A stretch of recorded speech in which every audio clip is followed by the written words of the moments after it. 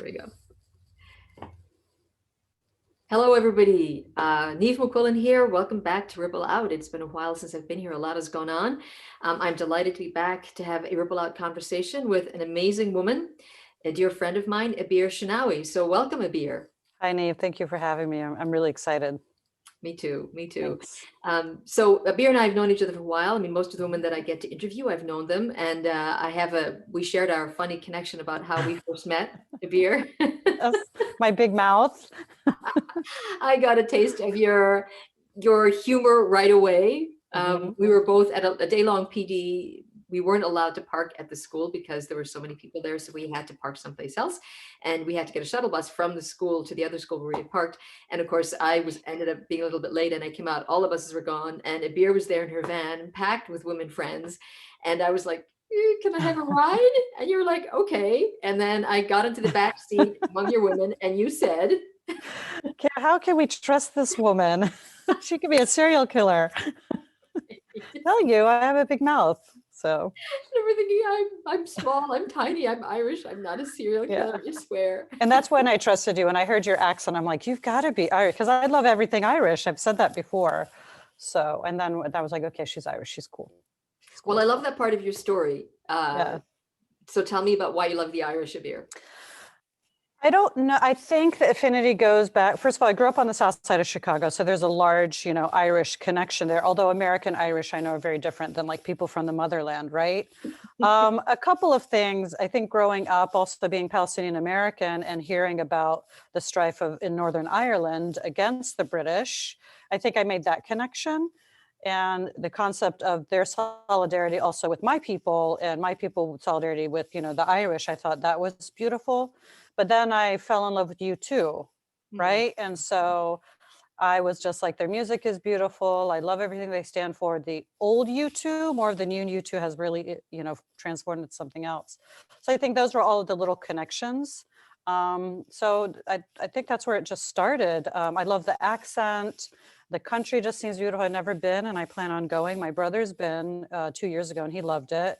And just the spirit of the people, and then the Irish dancing, which is similar to Depke, which is the Palestinian dance. So I think just a lot of commonalities, and then learning about the dark Irish or the black Irish, right, and that connection to like Hmm. the Romans and the Middle Eastern. So Yeah. there's layers to my affinity for the Irish people. Oh, I love it. And I Yeah. love your South Side connection. Hmm. You let me know early on about your South Side connection in Chicago and Yes. what I saw that translated into, what I love that you brought to Baltimore County Public Schools was this energy, this dynamism, this willingness to say what was so. Hmm. You never sugarcoated anything. Right. Um, and you spoke truth, which was just always just sort of like a magnet for me of like, oh, Abeer, tell me more, tell me more. Right. Which isn't something that a lot of people gravitate to. Mm, And I think just being, a Muslim like hijabi and a female Arab woman, I always go into circles knowing what people are thinking or the stereotype, and I could be wrong about some people. mm, But it's funny when people think, oh, Muslim women are docile or Arab women are docile. I'm like, you probably never met, some Palestinian women. If you know a Palestinian mother, that is not true, right? yeah. So, and I think growing up on the South Side, it's a very blue collar city, a lot of sarcasm, a lot of humor, but we say what we mean and we mean what we say. So bringing that to Baltimore County, wherever I go, I've learned to know when to turn it on and turn it off. But I think also life is too short for people to always have things sugar coated, right? And if you have a job and a mission, Mm. just get to it. We're adults and we can work through it. And if I did say something that may have offended people, okay, I'm sorry. What is it? And I can work on it and we can move on. So I appreciate the fact that you took it and ran with it. Some people, it's a turnoff. Well, I Yeah. remember the next time that I got to see you, we sort of like our paths crossed in sort of like Hmm. professional development we did over the years. And then we reconnected when I was working at Windsor Mill Middle School as a Right. staff development teacher, and you came in as a resource teacher and you were working with a teacher. And you walked in that front door, you had the grin and you had docs on. I'm like, Yeah, oh, she's yeah, wearing that's docs. right. Okay, this is great. This is the Abeer that I remember. I'm so glad you're Yes. here.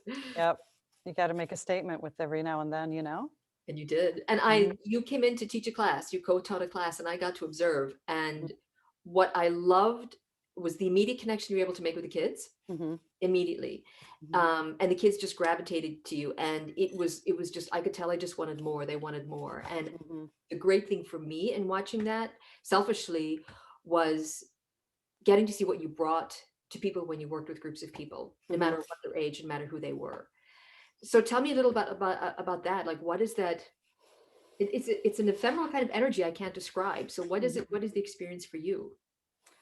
Um, First of all, I love the energy that middle school kids bring. I know everybody's like, "Oh, middle school, how can you teach middle school?" It's a very special place because I'm a very sarcastic person. And I know in middle school they love the sarcasm, they love the humor, but for me personally, when I look at the trajectory of education, first of all, I notice how parents, educators, the community spend so much time in kids in elementary and so much time in high school, right? Because there's big transitions in their life. We tend to neglect the middle child, right? And people can say I'm a middle child. I'm the second of, I'm second of six, but the second daughter. So that kind of makes me a middle child. So I can understand that neglect.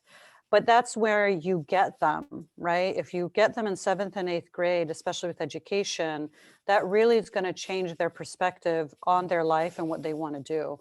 And I always tell people it's a shame that we judge our kids, especially at that age, because I've seen my own students. I've been teaching now, I've been a teacher for like 18 years. Students I taught when I first began, and now they're grown adults and have children, you know, they've evolved so much. And if we are able to plant that seed with them in middle school, that's where we'll really get them. So that's one reason why I love teaching middle school.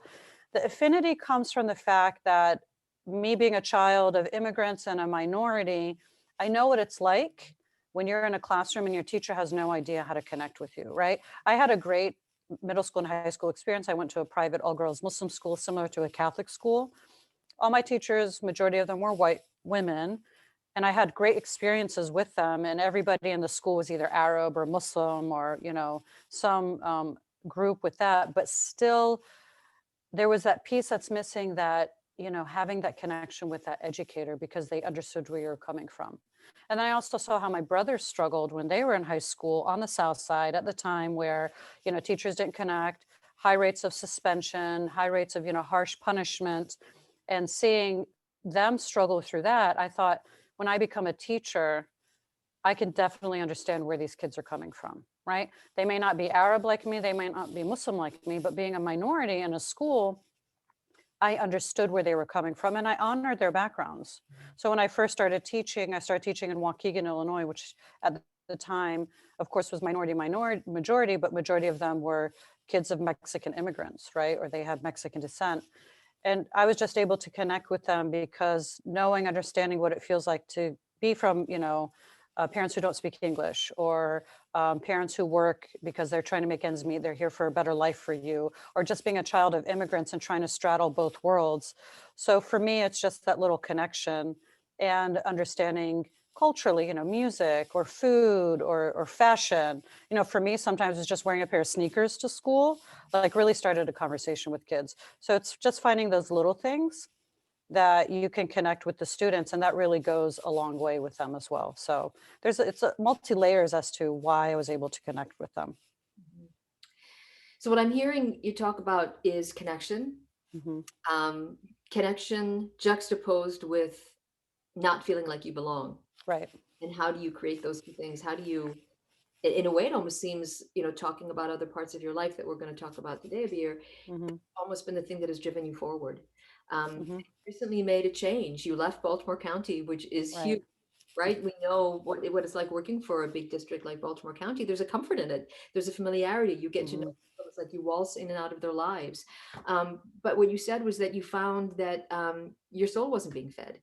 Right. Feeling of connection, of truly expressing who you were, just wasn't there. So tell me about how that experience of perhaps disconnection, not so much dissatisfaction, but just sort of a roadblock, I think is the word that you used. How Hmm. did that lead to an opening for you that you are living right now? So there was a lot of soul searching that went on with my decision to leave Baltimore County. I've been with Baltimore County. When I resigned, it was like 14.4 years. So that's the bulk of my experience. And also, being an educator, leaving and thinking, oh, pension and insurance and, all that stability that comes with, the middle class life. My husband's a business owner, so everything is on our own. So things are a lot more difficult when it comes to the aspect. So a lot of those little pieces that people sometimes take for granted, like insurance, came from me. So there was a lot of little pieces of the superficiality I had to work through. But when I say it wasn't feeding my soul, I knew I was at a point in my life where I wanted to be on a larger stage, and not egotistically, but I felt like with me being where I am in my career and in my life, age wise, and also situationally with my children getting older, I knew I needed to start something that would make a larger impact. And when you work for a large school system, the problems that you face, so there's a lot of either red tape, or there's a lot of the hierarchy that you have to follow. And there are a lot of well-meaning people and well-intentioned people that want to help you, but also sometimes their hands are tied, right? And things move at sometimes a glacial pace. And I know I'm a very impatient person, but I also knew that if I continued at the trajectory, I would either just become a worker bee and my soul would just slowly die and I would try to find other outlets, or I could do something about it. And I said this to a friend of mine once who contacted me. He was upset about something and I need to follow my own advice. And I told him, what are you going to do with your anger? Right. And not to say that I was angry, but I wasn't satisfied with who I was and what I was doing. So I ended up meeting who is now my boss, through a live stream that I'm doing where we dedicated the month of July to immigrants, honoring my immigrant roots. And he's the founder and the director of Reimagining Migration. And we just hit it off between him and a friend of mine. And we just kept in contact. And I was looking at the work he was doing and vice versa. And when the opening came up, I actually reached out to him, asking him more about the position, which was program lead, so I can refer other people to him. I really wasn't thinking for myself because, again, I had tunnel vision. I thought if I don't find something within Baltimore County in leadership, I'll go to another district or I'll go to another school or something, right? Like that was how I was thinking. I wasn't thinking outside of the box. I was getting signs, but I just wasn't listening to them. Fast forward, he said maybe I should try to apply if I was interested. I was like, okay, but I don't think I'll get it. I've always been a teacher. Why would they hire somebody who just has an education background?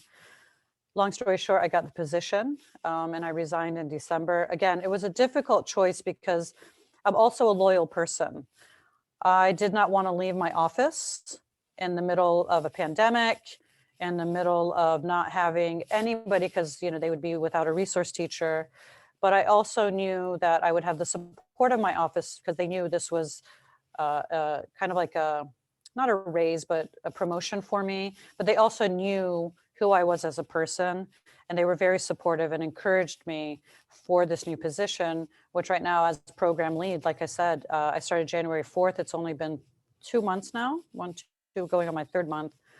We've had collaborations with organizations and museums and school districts. And I work on professional development, and I work on writing curriculum, and I work on changing, just different PDs that I provide for people on the immigrant experience and the migrant experience, but also civic action and social justice, because our country, that's what it was built on. So I'm glad that I'm part of the organization. So that's helped me, transform and feed my soul a little bit more.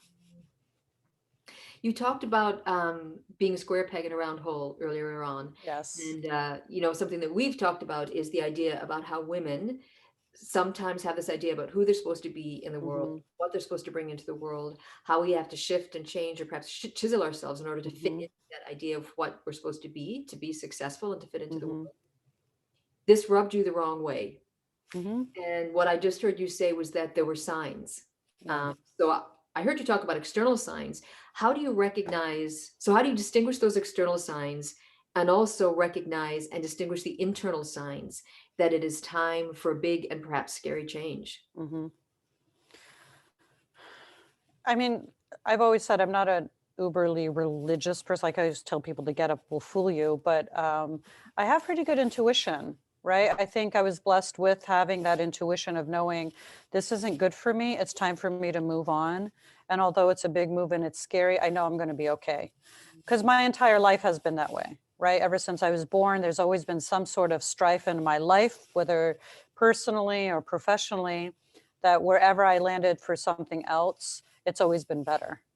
And that's happened ever since, when we moved from Illinois to Maryland.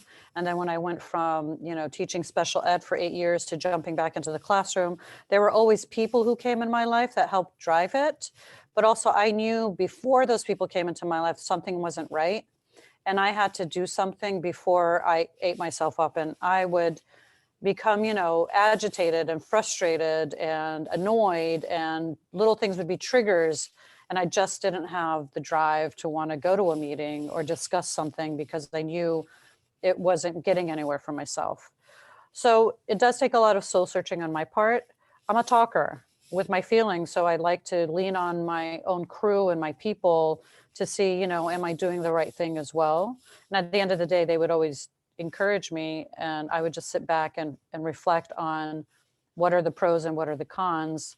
And then whenever I would make the move, I was always happy with it, knowing that it was an opportunity for me to grow, but also an opportunity for me to learn. If I failed, okay, I failed. Why did I fail? And I can move on and work on that. So yeah, go ahead. That's pretty cool. I love how you interwove all the sort of different external and internal factors and understanding and knowing, and how you recognized that discomfort or agitation Mhm. within yourself was something to be honored as opposed to something to be squelched. Right. That you didn't see that it was something wrong with you. You saw, okay, this is my Mhm. internal spirit telling me something. I've got these other external signs that I'm kind of ignoring, but my internal spirit is saying, yeah, Abir, Mhm. time for something else. I think as females, we also tend to internalize and say, oh, you're just being, and I hate it when people say this, oh, you're just, your typical woman, or, it's that time of the month or something like that. I'm like, no, I'm honoring my feelings, right? This is how I feel. This is what I know myself, as either I do something or it's really going to, engulf me in this whole negative behavior, which then manifests into my own physical being, right? And I didn't want that to happen. And as I get older, I'm learning, and I'm teaching this to my daughters: honor your feelings. That's not so, that's something you were born with. Go with it and run with it. There's a reason why you have those. So that's what I wanted to make sure, is that I was honoring who I was, and I know who I am as a person. I love working with people, but if I get to the point where I'm kind of done with you, I don't know. I don't know if I can continue. I love that you chose not to make a safe choice. I, Hmm. I think that's a real empowering thing. Right, You also do other work as part of feeding your soul. right. You have a consulting company. So we Hmm. talked about that. And I want to make sure I'm pronouncing it correctly. Is it Altair? Very good. Yeah, Okay. yeah, And yeah. it's a beautiful word. Hmm.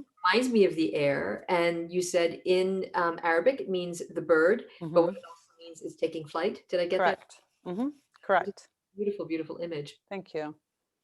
Um, Tell us about that, because tell us the why of your doing it, and also the things that kind of like stopped you internally along the way of what Hmm. thought it was something you could or should do. So Altair was a name my husband and I came up with. Like, we were, trying to think of names and this and that. And, sometimes it's like when you have a child and you're trying to think of the name and then a name finally comes. And That's what happened. I can be very random and spontaneous sometimes with ideas. Like, I tell people I'm a jack of all trades, master of none sometimes. And my company now is about 3 years going in. It's still in its infant stage. It's still being refined. But the why, again, is, I knew I had a particular skill set. I knew I was good at what I was doing. I was tired of feeling of an imposter syndrome. And I saw other people who had these consulting companies, and I'm like, that's all right. I'm sure I could do a better bang up job, right? So why don't you just start something and see, who bites and who goes for it? And again, I have a husband who's very supportive, and he's the first person I usually go to with my crazy ideas, and he always knows it. And he's like, go for it. What's the worst that can happen? It goes under. Okay, fine, it goes under. And I just started it very small. Again, wanting to showcase my skill set, whether it's in curriculum writing, whether it's teacher development, whether it's PD. And working in middle school, I think that's a specific niche that I Mm. have, where there aren't a lot of people who know the middle school brain. So I just ended up starting it and started a really simple website. and put it out in the universe. And it has come back to me where I've worked with Abrams Books, which now, like I said, I'm on my third ed guide, which has been so exciting to do because it's, you get the behind the scenes and they send you like the graphic novel before it drops, and you get to create the ed guide. And then when it drops, you're like part of that whole process, which is a lot of fun. But excuse me, but I also did some subcontract work with another ed consultant. And the universe works in mysterious ways because she ended up reaching out to me after I wrote an article for Ed Weekly about meeting the needs of Arab and Muslim students. And she reached out to me. And the irony in the whole story is when she reached out to me, she wanted me as a consultant because I could focus on Arab and Muslim students. And then when she told me the focus was on the South Side of Chicago, Oh my gosh. where my family lives, where we grew up, I got chills. I nearly fell out of my seat, and she did too, because she didn't know, because I'm in Maryland right now, right? And so when that happened, I was like, there are no coincidences in life. So I was very fortunate. She's doing equity work in that region for Arab and Muslim students, and I'm a part of it. So I'm thinking if I hadn't started my consulting company, I wouldn't have had this experience. So again, it came from thinking, okay, I have a skill set. I want to do something. Let me bank on it. And just took it from there. And a lot of these things, I'd always tell people, just go for it. Just do it. Stop overthinking, because I am an overthinker. But if you think you have something right, start it and go with it. And then, things will fall into place. So that's how that started. I love that story. And just for our listeners who might not know what an ed guide is, because they're not in the Mm, education world, can yes. you tell us briefly what an ed guide is? Sure. So when I get the graphic novel, a majority of these have been graphic novels. So for example, I just finished one last year about Guantanamo Bay, about the prisoners there. And it was a graphic novel. And what I would do is I read the book, and I would provide basically like lesson plans, guided questions, extended activities for anybody who was going to use the book. And it's for the age range is like high school up into early college. So if a teacher was to buy this book, it came with this ed guide. And instead of them trying to figure out activities and questions, this is all prepared for you. So it's kind of like a prepared lesson unit for them for the book. And as a teacher, the idea of getting to do that for a graphic novel, it just makes my heart sing. Yeah. There is, the name has gone out of my head. She's a woman from Iran. Um, she wrote a graphic novel. Right. Persepolis? Yes, yes, yes. Yes.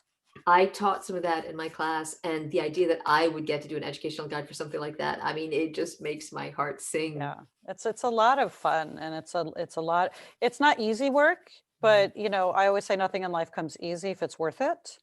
And I've just learned so much about myself, and also it's a great affirmation that, yeah, I do have something good out there that I can, give out to the universe and to other people, and for them to enjoy my work as well. So I'm proud of the work that I've done with that company, and for them to take a chance in me. I'm like a nobody. They could have gotten some, hoity-toity people, but Uh-huh. for them to reach out to me, I'm honored. Oh, I love that. Hmm. There are obstacles when we decide to take the leap, Hmm. right? You took the leap in your new job, you took the leap for your consulting company. The obstacles can be external and internal. Right. What are the obstacles that have featured most for you, that have those sort of the things that keep you up at 3 o'clock in the morning? So when I was offered the job for Reimagining Migration, this is what I love about my boss and why I actually chose the position, because I haven't heard this often as a Muslim female and as a for he said, I want you to be the face of the organization. Mm. That's huge. You don't have a lot of people who want a person who looks like me for a face of a large organization, right? So that made me more secure in knowing that little things don't get in the way of who I am as a person. What does keep me up at night is being able to maintain my own self-centeredness, not self-centeredness, but being centered as a person, making sure I am still focused on my job, my trajectory, what I really believe in. I don't want to become watered down, or I don't want to become part of this larger idea that I lose focus of who I am and where I came from. That really bothers me a lot, right? Sure, everybody wants to be secure financially or with a reputation, but I don't want that to be diluted because I've gone too far out. And I also don't want to lose touch with my educator side, right? I also told Adam when I took the position, if you can keep me as connected to the classroom as possible, please do, because it's very easy to be disconnected and with everything that's going on. Externally, of course, it's the idea of imposter syndrome. When people see me, what are they thinking? You know, should I say this or should I keep quiet? How much of my personality should I project when I first meet people? How much of it should I wait until we get to know each other? So it's really trying to find that piece of what really works, and then just kind of reading the room a little bit, and not knowing when should I give an aura of mystique or just give it all away, right? Because I've seen looks on people's faces right away when they see me, and I have, you know, as a hijabi, people are like, oh, you're not what we perceived you would be, right? Or, oh, you are X, Y, and Z that comes with it.